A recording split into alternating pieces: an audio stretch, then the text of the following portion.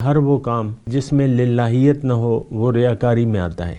ये मुख्तसर बात है, ये जुमला ज़रा नोट कर लें। वो काम जिसमें लिल्लाहियत न हो वो रियाकारी में आ जाता है। और हुजूर सल्लल्लाहु अलैहि वसल्लम ने फरमाया है कि थोड़ी रियाकारी भी शिर्क है। तो बहरहाल हमें तो इस बात को ना हमारी समझ है ना हम समझना चाहते हैं। ये बात भी बड़ी तकलीफदेह है कि हम जो मामला हमारे असल रूहानियत का आ जाता है, बातिन का आ जाता है और हकीकत का आ जाता है, उसकी तरफ से हम आंखें बंद कर लेते हैं और सारी ज़िंदगी जो है हमारी गुजर जाती है मा सिवल्लाह के लिए। सिर्फ ये कोई एक दो काम तो नहीं है।